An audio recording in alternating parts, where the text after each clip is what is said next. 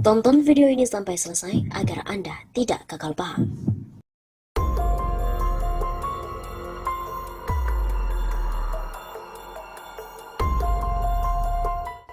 Membongkar 20 tahun pemakzulan Gus Dur. Peranan Megawati begitu penting dan sulit sekali untuk dibantah.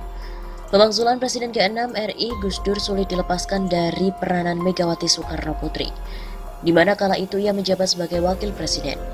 Bahkan, peranan Megawati sangat penting waktu itu. Begitu simpulan dari pendiri lembaga survei Polmark Indonesia, EF Saifullah Fatah saat menjadi narasumber dalam serial diskusi memperingati 20 tahun pemakzulan Gus Dur, Siapa Sang Dalang, di mana disiarkan secara live streaming melalui YouTube Refli Harun Channel pada Kamis malam 22 Juli.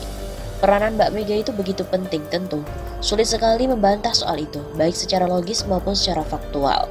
EF merekam ada hubungan yang unik antara Gus Dur dan Megawati sejak awal kepemimpinan mereka berdua. Hubungan unik tersebut tampaknya juga belum tuntas hingga Gus Dur dimakzulkan pada 23 Juli 2001. Harus diakui bahwa ada sesuatu yang tidak selesai di dalam hubungan itu. Jadi semacam benci tapi rindu, itu terpelihara terus, dan menurut saya itu menjadi faktor yang sangat penting yang harus kita hitung. EF menilai hubungan Gus Dur dan Megawati dipacu oleh kekesalan PDI Perjuangan sebagai partai pemenang pemilu tahun 1999, tapi di satu sisi Megawati tidak menjadi presiden RI. Perasaan bahwa seharusnya mereka yang jadi pemenang politik dan Mbak Mega jadi presiden itu masih terpelihara.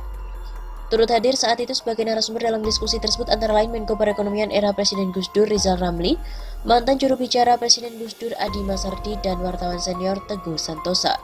Kemudian Ketua Pansus Bulogget DPR Bahtiar Kamsyah, politik senior PBB MS Kaban, politikus senior Fuad Bawazir, dan sebagai moderator pakar hukum tata negara Refli Harun. Adi Masardi selaku juru bicara era Presiden Gus Dur juga meluruskan sejarah. Gus Dur bukan dilangsarkan karena dekrit tapi murni konflik presiden dan wakilnya.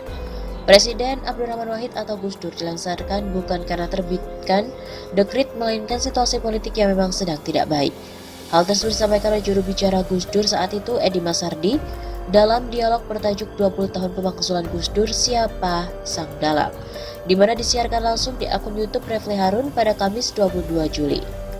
Karena dekret itu merupakan respon, tapi ini 100% pertarungan politik antara presiden dan wakil presiden memanfaatkan situasi kritis di parlemen, kata Adi, dikutip dari kantor berita politik RMOL.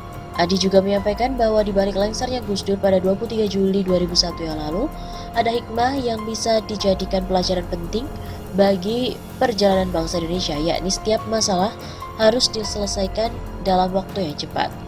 Persoalan krusial pemerintah ini kalau diselesaikan dengan cepat, akan cepat juga selesai.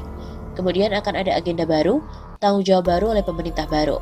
Waktu itu kan setelah Gus Dur selesai, pemerintah diserahkan pada Megawati. Terserah rakyat nanti memilih apakah lebih baik atau lebih buruk. Bagi koordinator Gerakan Indonesia Bersih ini, sejarah yang telah berjalan selama 20 tahun itu penting untuk diluruskan.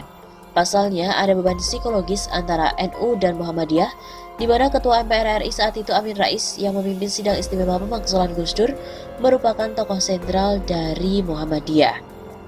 Beban psikologis kalangan Nahdliyin kepada Muhammadiyah itu harus selesai karena bukan Pak Amin yang berseteru dengan Gus Dur.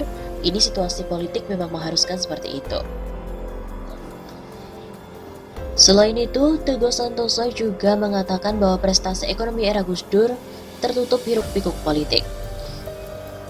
Pemerintahan Indonesia era Presiden Gus Dur dianggap membuat istana menjadi bisa untuk disentuh. Demikian kesimpulan wartawan senior Teguh Santoso yang menjadi saksi meliput proses pemakzulan Gus Dur pada 23 Juli 2001 lalu atau tepatnya 20 tahun yang lalu. Teguh menyampaikan hal itu saat menjadi salah satu narasumber di acara yang dipandu pakar hukum tata negara Refli Harun bertajuk 20 tahun pemakzulan Gus Dur Siapa Sang Dalang, di mana disiarkan langsung di akun YouTube Refli Harun Kamis malam 22 Juli. Teguh Santoso yang saat ini menjadi CEO kantor berita politik RMOL didaulat untuk menceritakan pengalamannya melakukan reportase pada saat pemakzulan Gus Dur tersebut.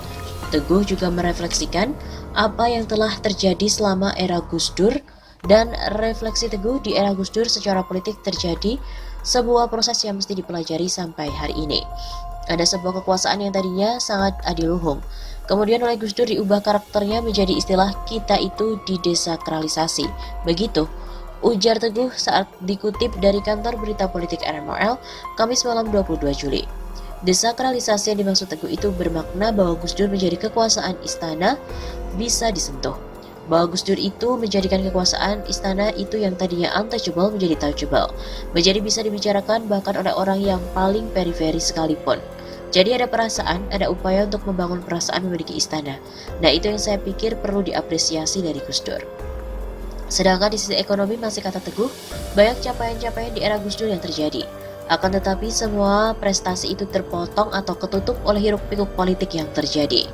Menurut Teguh, banyak orang yang membicarakan kekuasaan Gus Dur dalam perspektif pertarungan politik daripada pencapaian ekonomi yang terlalu banyak.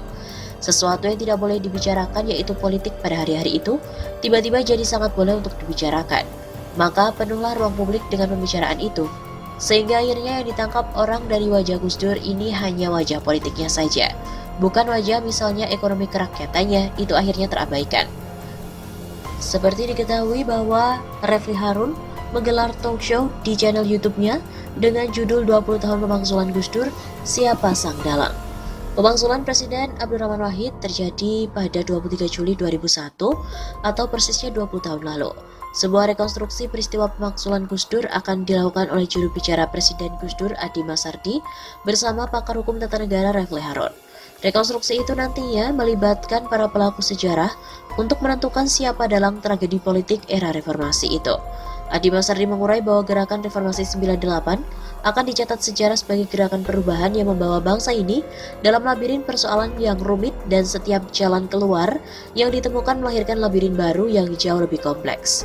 Pegiat anti korupsi dan gerakan pro-demokrasi itu memberikan contoh gagasan presiden dipilih langsung dengan presidential threshold yang terus dinaikkan hingga kini 20%.